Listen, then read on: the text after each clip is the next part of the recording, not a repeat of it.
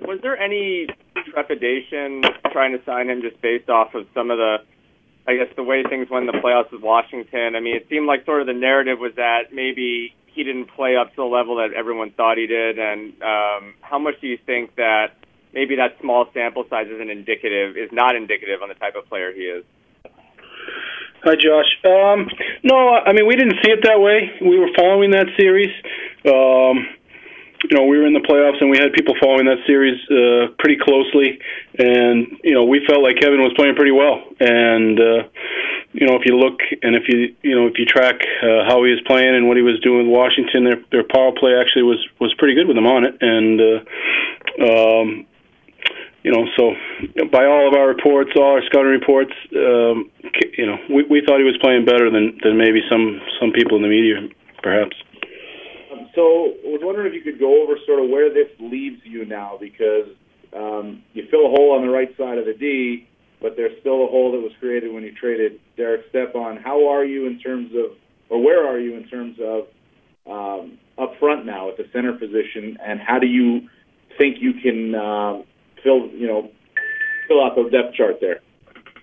Yeah, hi Dan. I would say that we have some ongoing things to try to help us at center. We know it's a need and a hole there that we're trying to fix.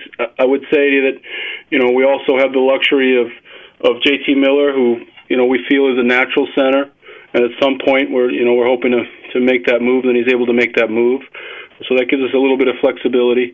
But, we're looking. And, we've had some discussions with some teams and some trade scenarios. So definitely aware of the situation, and we'll see how it moves as we go forward. Do you think it's a trade scenario more likely than a free agent scenario at this point in free agency?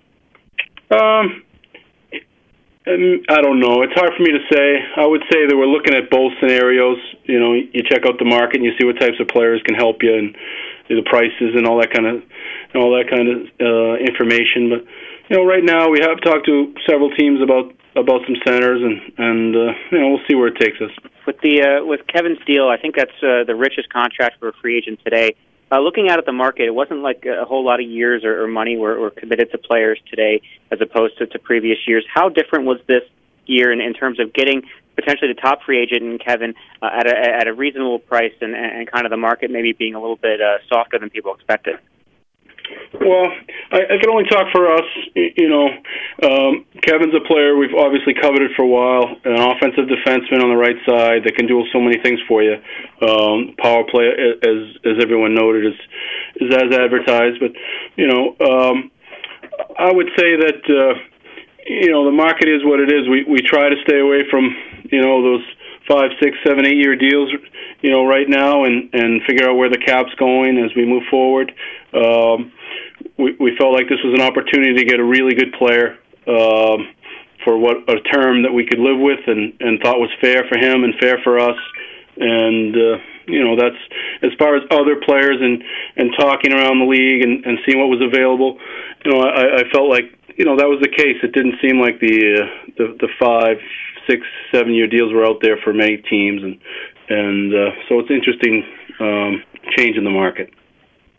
Where do you see Kevin fitting in on this team? Is he a top pairing guy to you? Is he a top 4 guy to you? Or are you going to leave that up to Alain Vigneault to kind of make that decision? Well, at some point we'll leave it up to AV, but I mean it's clear that we feel like he's a top 4 defenseman in the league.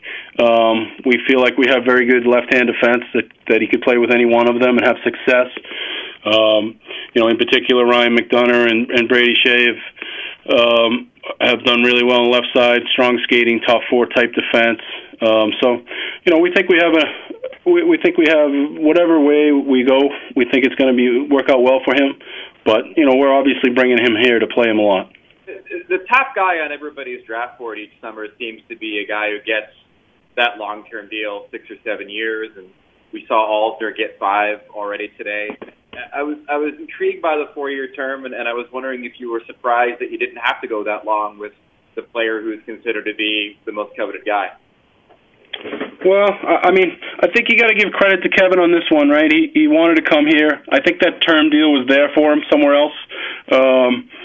He would know better, but in this case, here's a player that really wants to be here, and they left money on the table. That it sent a pretty strong message to us. But whereas these deals, these 7 or 8, I guess maybe not 8 in free agency, but 7-year deals, they're generally there. He might have got one, but thankfully for us, it was a situation where we have a player that wants to play for the Rangers, that's from here, that's an excellent player, and 4 years worked out for both of us.